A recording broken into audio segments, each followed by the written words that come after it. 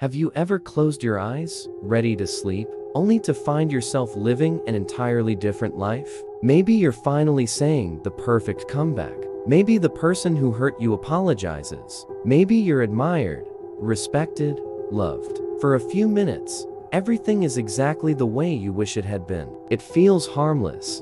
But what if those nightly fantasies are quietly reshaping your brain? In 2002, psychologist Eli Summer met a patient who admitted something he had never told anyone. Every night, before falling asleep, he disappeared into an imaginary world for hours. In that world, he wasn't himself. He was stronger, happier, admired. He called that fantasy his real life. Everything else his job.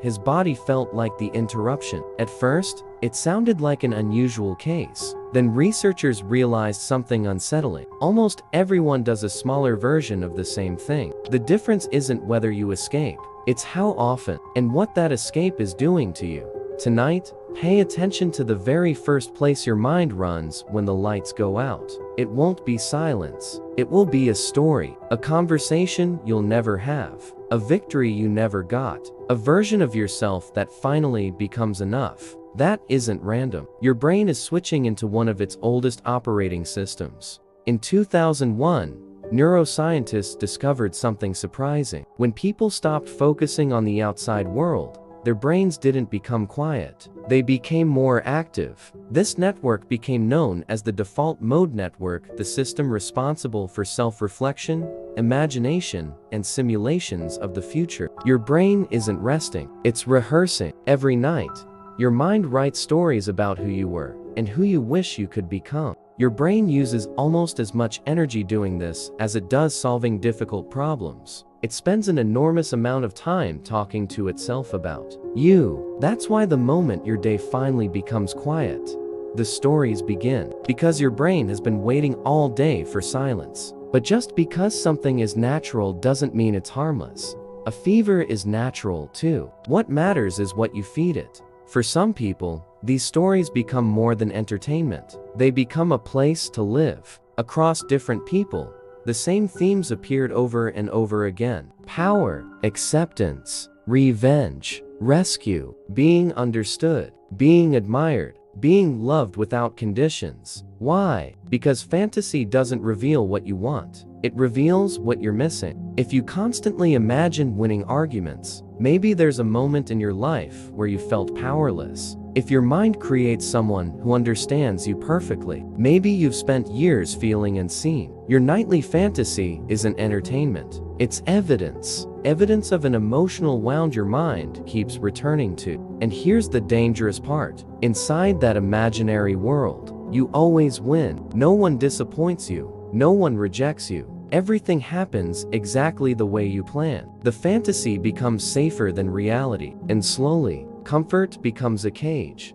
So why is it so hard to stop? Why do you promise yourself you'll go to sleep, only to realize an hour has passed? Because your brain doesn't completely separate vivid imagination from reality. Picture yourself standing on a stage while thousands of people applaud. Imagine the person who rejected you suddenly begging for another chance. Replay the moment you finally prove everyone wrong. Your body knows it isn't real, but your brain still rewards you. Every vivid fantasy triggers the brain's reward system. It releases dopamine, the same chemical involved in motivation and anticipation. Dopamine doesn't ask whether something actually happened. It responds to what your brain expects or vividly imagines. That's what makes this habit so dangerous. You're getting a real emotional reward for an imaginary achievement. Think about it. A gambler pulls the lever because they might win. You close your eyes because you always win. Your imagination becomes the perfect casino, one where the jackpot never disappears. Researchers studying maladaptive daydreaming noticed something disturbing. People trapped in these fantasies showed patterns that looked remarkably similar to behavioral addictions. The craving, the loss of control, the urge to return again and again, even when it was damaging their sleep, relationships, and daily lives. Unlike alcohol, gambling, or drugs, this addiction leaves no evidence, no bottle, no needle, no receipts. To everyone else, you're simply lying in bed. Inside your mind, you're somewhere else entirely. That's why it's so easy to ignore. And the habits we don't recognize often become the ones that control us. Here's the hidden cost. The more perfect your imaginary world becomes, the harder the real one feels. Real conversations are awkward. People misunderstand you. Success demands failure, repetition, and uncertainty. Reality has friction. Fantasy doesn't. Inside your imagination, everyone says the right words. Everything unfolds exactly as you hoped. Your brain begins comparing real life to the impossible. And slowly, reality starts losing its color. We live in the most connected era,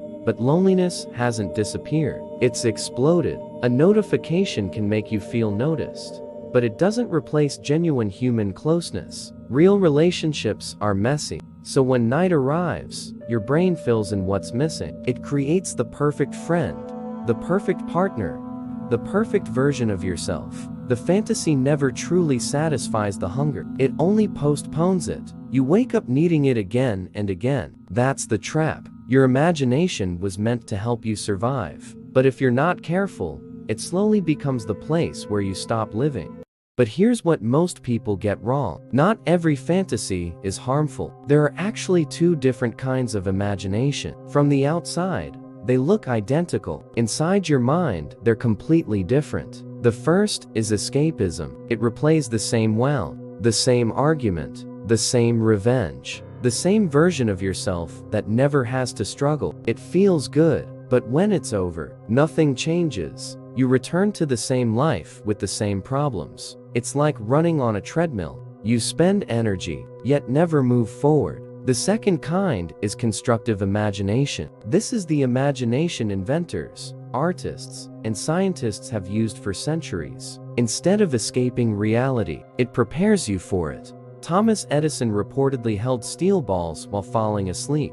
As he drifted into the edge of sleep, they would fall, wake him, and he'd capture the ideas that appeared in that creative state. Salvador Dali used a similar technique with the key and a plate. They weren't hiding from reality, they were using imagination to create something real. That's the difference. One imagination hides from life, the other builds it. So tonight, ask yourself one uncomfortable question. Did my imagination prepare me for tomorrow? Or did it simply help me avoid today? Because beneath every fantasy, there is a gap.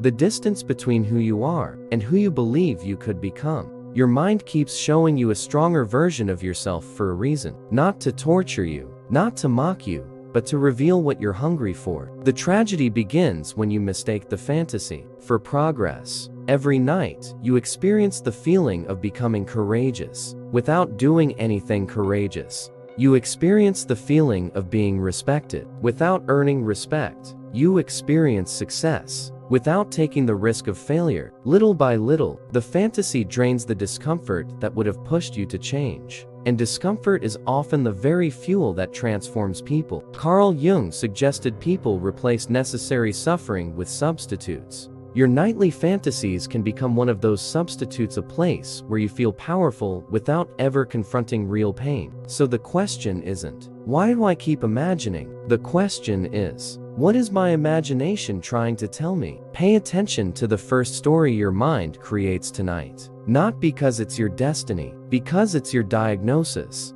If you keep imagining being respected, maybe it's time to become someone worthy of respect. If you keep imagining deep connection, maybe it's time to build real relationships instead of perfect imaginary ones. If you keep imagining confidence, maybe confidence isn't something you find. Maybe it's something you earn. Your imagination isn't your enemy. It's a blueprint of the life you secretly want. But a blueprint never builds a house. At some point, you have to pick up the tools. So tonight, when the lights go out and the theater opens once again, don't just watch the movie, study it. Ask yourself why that scene appeared, why your mind keeps returning to it, what need it keeps trying to satisfy, because that answer may reveal more about your future than your past ever could. The same mind that built your imaginary world can build your real one. The only difference is whether you keep watching from the audience or finally step onto the stage.